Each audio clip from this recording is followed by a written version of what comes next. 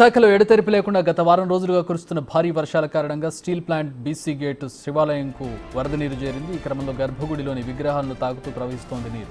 గతంలో ఎప్పుడూ ఇలా జరగలేదని ఆలయ పూజారులు చెబుతున్నారు.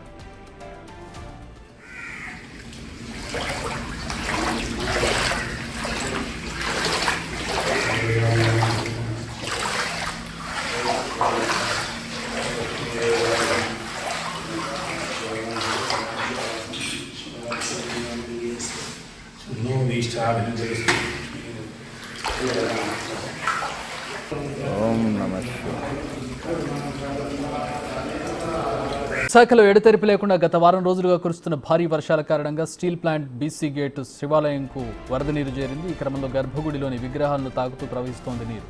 గతంలో ఎప్పుడూ ఇలా జరగలేదని ఆలయ పూజారులు చెబుతున్నారు.